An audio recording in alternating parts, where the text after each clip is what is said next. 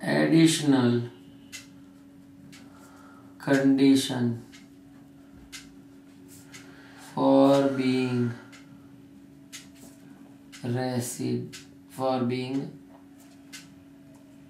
resident, ordinary resident.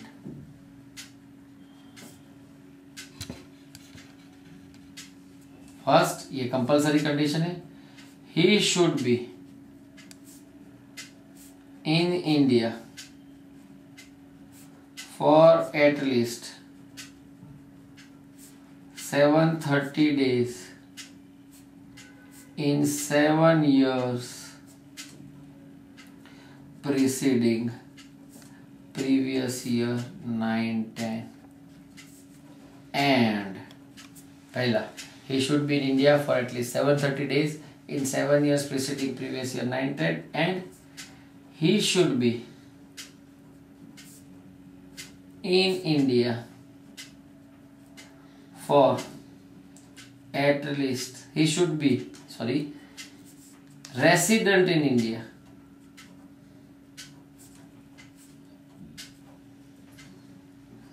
in 2 out of 10 years preceding previous year 9-10. मतलब additional condition क्या है, एक, ही should B at least 730 days in India during previous year 9-10.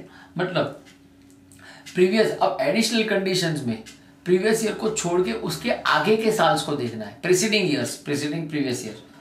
He should be in India for at least 730 days in 7 years preceding previous year. And additional condition 2 है, ही should B resident. Resident मतलब क्या, जो basic conditions हम check करते थे कि जिससे हम डिसाइड करते थे कि बंदा रेसिडेंट है कि नहीं, वो बेसिक कंडीशन 10 में से 2 साल में चेक करनी है कि वो basic condition for being resident 10 में से 2 साल सेटिस्फाइड होना चाहिए.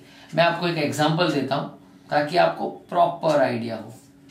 सपोज प्रीवियस ईयर 9-10 में वो 63 डेज रह गए, 8-9 में 60 डेज, 7-8 में 55 डेज, 6-7 में 100 डेज, 5-6 में 200 डेज और 4-5 में 37 डेज, 3-4 में 365 डेज रह रहा है. Let's check. 365 नहीं, अपने 200 डेज रखते हैं. लेट्स चेक उसका रेसिडेंशियल स्टेटस क्या है. First, what is his residential status for previous year 9-10. Basic condition check करते हैं. First basic condition, he should be in India for previous year 9-10 for at least 182 days. Not satisfied. Second condition, he should be in India for at least 60 days in previous year 9-10 and 365 days in 4 years preceding previous year. ये हो रही है 415 days. So basic condition, यहाँ मैं लिखता हूँ basic condition 1 और 2. 1 not satisfied, 182 days during previous year is not satisfied, but 60 days and 365 days वाली second basic condition satisfied. ये ऑप्शनल है, सेटिस्फाइड हो गई, सो ही इज रेसिडेंट. अब एडिशनल कंडीशन चेक करते हैं. क्या है एडिशनल कंडीशन? एक, 7 years में 730 डेज रहना है. 2-3 में मैं एज्यूम करता हूं 0 days इन इंडिया है. फिर भी ये 615 डेज, 615 एंड समथिंग 37 ऐड करो, 652 डेज हो रहा है.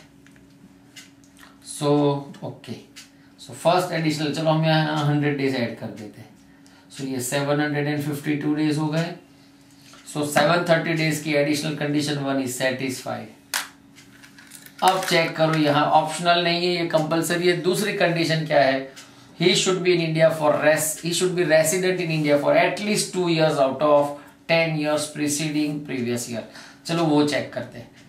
182 days वाली condition not satisfied, but 60 days and 365 days satisfied. So यहाँ वो रेसिडेंट है. मिनिमम 60 days से कम रह रहे हो तो वो साल आप नॉन रेसिडेंट बनते हो. यहाँ पे भी 182 डेज वाली कंडीशन सेटिस्फाइड नहीं हो रही है, पर सेकंड कंडीशन 60 डेज और 365 डेज की कंडीशन सेटिस्फाइड हो रही है।